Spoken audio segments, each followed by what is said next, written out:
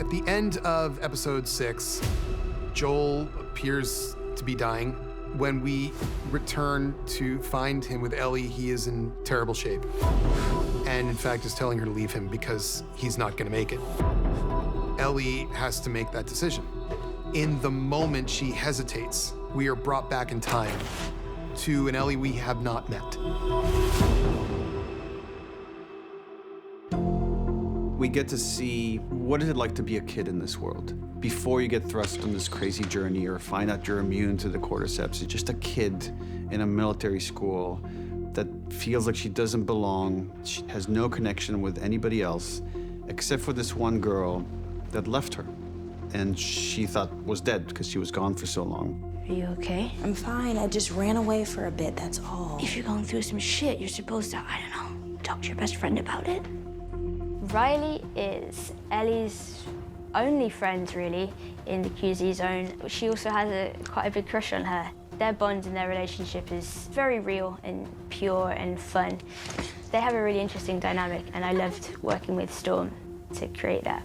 Riley is played by Storm Reed. We had to find somebody that was able to not only be on Bella's level in terms of talent, but also somebody that we think would have the upper hand on Ellie, and that's a tall order.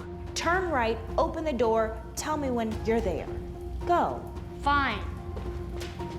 This is Riley's one last chance to show her love and appreciation before she goes away. Are you there? I'm here. Now what?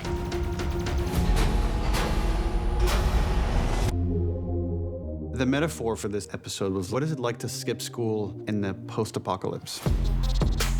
And you get to see them play an arcade game.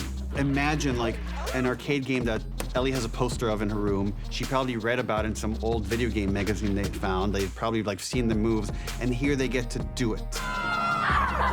Riley gifts that to her. Go again? Goddamn right. It was so much fun to film. It was crazy, very full on. And those days were long and emotional and taxing, but honestly, they're so rewarding and so satisfying. It's really cool to just walk around and admire the work that people do. The authenticity of what the world looks like or what the mall looks like, they did an amazing job. The mall was, I think, one of the most amazing sets. We had to get a carousel, we had to do a Halloween store, we had to do a Victoria's Secret store. What? Nothing, I was just trying to imagine you wearing that. Shut up. Riley is kind of testing out the waters and seeing how Ellie feels, and she has a little crush on her, so it's kind of like a date, but not really. In that world, to have a crush on someone, it's still like a feeling that you can't just turn it off because the apocalypse is going on and you don't think you have a future together. Like, it's something that's still very much there. In this world, it's often the case that the happiest moments are interrupted by the worst moments. And there's this wonderful moment where Ellie realizes that Riley feels the same way about her that she feels about Riley, and they kiss. Ellie gets to experience first love, first kiss, and then we snatch it away from her.